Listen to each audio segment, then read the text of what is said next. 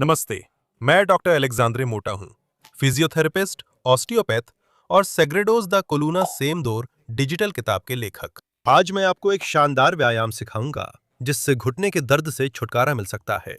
लेकिन वीडियो शुरू करने से पहले, ताकि आप भूल न जाएं, अगर आप मुझे फेसबुक पर देख रहे हैं तो यहाँ लाइक करें, और अगर आप मुझे यूट्यूब पर देख रहे हैं तो लाइक करें। नहीं तो आप वीडियो खत्म कर देंगे, फिर मेरा दूसरा वीडियो देखना चाहेंगे और आखिर में भूल जाएंगे। भूलिए मत, अभी वीडियो को लाइक करें। आजकल जो सबसे आम घुटने का दर्द है वो पटेला में दर्द है। यह आमतौर पर घिसाव के कारण होता है, चाहे कार्टिलेज का हो या पटेला की हड्डी तक पहुंचे। इसे ही कॉन्ड्रोमेलेशिया पटेलर कहते हैं। और आज मैं जो व्यायाम आपको सिखाने जा रहा हूं, वह पटेला और फीमर की हड्डी के बीच होने वाले दबाव को कम करने में मदद करेगा। क्योंकि यही दबाव, जो गति और घर्षण से जुड़ा होता है, इस जोड़ के घिसाव को बढ़ावा देता है और उसे तेज कर देता है। इससे असुविधा और दर्द होता है। कॉन्ड्रोमलेशिया अचानक नहीं होता, ये धीरे धीरे लंबे समय में होता है। आमतौर पर आप क्रेपिटेशन की भावना से शुरू करते हैं। घुटने में हल्की आवाजें आती हैं और फिर जोर में रेत जैसी अनुभूति होती है। फिर ये आवाजें और तेज हो जाती हैं। कभी कभी आप घुटने की आवाज सुन सकते हैं और इसके बाद ही असहजता की भावना शुरू होती है, और फिर यह दर्द में बदल जाती है। यह सूजन तक भी पहुंच सकती है। घुटने के जोड़ में सूजन आ सकती है। और ऐसा क्यों होता है? क्योंकि शरीर के अधिकतर जोड़ों में कार्टिलेज नामक संरचना होती है, जो जोड़ की सुरक्षा करती है। कार्टिलेज में नर्व एंडिंग्स नहीं होती, इसलिए आप इसे महसूस नहीं कर सकते। कार्टिलेज धीरे धीरे घिसती जाती है, छोटे छोटे टुकड़ों में टूटती जाती है, जिससे मूवमेंट में दिक्कत आती है। आपको बस चटकने की आवाज, क्रेपिटेशन और जोर में रेत जैसी अनुभूति होती है। जब यह घिसाव कार्टिलेज से आगे बढ़ जाता है और सीधे हड्डी तक पहुंच जाता है, तब आपको असहजता महसूस होने लगती है। तब आपको दर्द महसूस होने लगता है। और इस घिसाव, इस कॉन्ड्रोमेलेशिया पटेला की मुख्य वजह है जांघ की हड्डी यानी फीमर और टिबिया के बीच का असंतुलन है, और पैर की मुख्य हड्डी यानी टिबिया। इन दोनों हड्डियों की स्थिति के कारण पटेला आमतौर पर साइड की ओर जाने लगती है। इसलिए वास्टोमीडियल मांसपेशी की ट्रेनिंग को खास महत्व मिलता है। ये मांसपेशी पटेला को जोड़ के बीच में रखने में मदद करती है।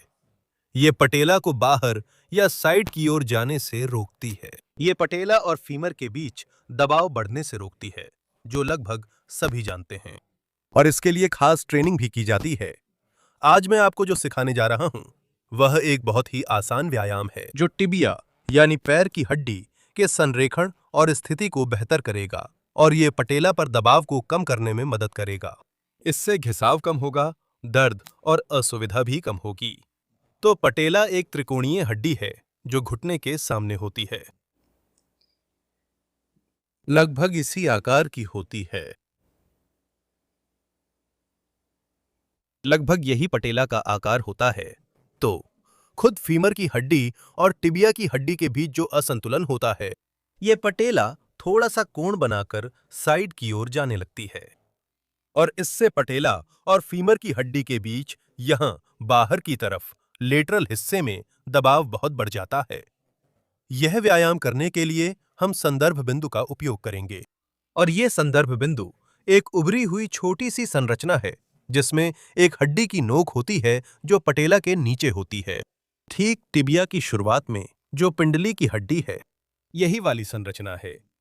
इस संरचना को टिबिया का आगे वाला उभार कहा जाता है, या संक्षेप में टीएटी। इस व्यायाम के लिए बैठें। घुटना लगभग 90 डिग्री मुड़ा हो और पैर ढीला रखें। आप हल्के से अपना हाथ घुटने पर रखेंगे। उंगलियां टीएटी के बगल में या टिबिया के आगे वाले उभार के ऊपर रखें। आप केवल एड़ी पर सहारा लेंगे और अंदर और बाहर घुमाने की गति करेंगे, जैसे कार के विंडशील्ड वाइपर चलते हैं। यह जरूरी है कि आप दोनों गतियां करें, लेकिन आपको ज्यादा जोर अंदर की ओर घुमाने पर देना है।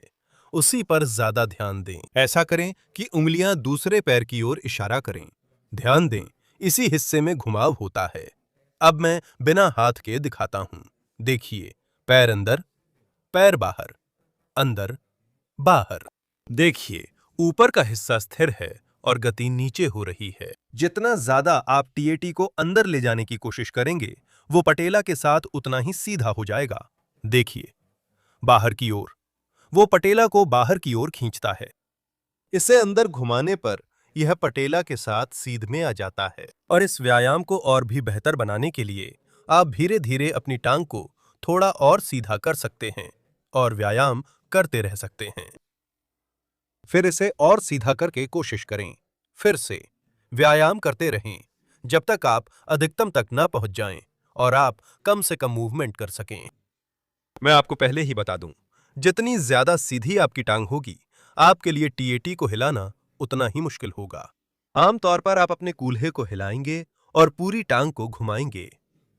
जो सलाह नहीं दी जाती, सलाह यह है कि आप अपनी जांघ को स्थिर रखें और सिर्फ ट्यूबरोसिटी को ही हिलाएं। सिर्फ टांग, सिर्फ टिबिया की हड्डी। और एक आखिरी सलाह, अगर फिर भी आपको कठिनाई हो रही है, तो आप पैर को अंदर की तरफ घुमाने की हरकत को घुटने को मोड़ने की हरकत के साथ जोड़ सकते हैं। ऐसा सोचो जैसे तुम कुछ अपनी ओर खींचना चाहते हो। घुटने को सीधा करो और पैर को बाहर की तरफ रखो।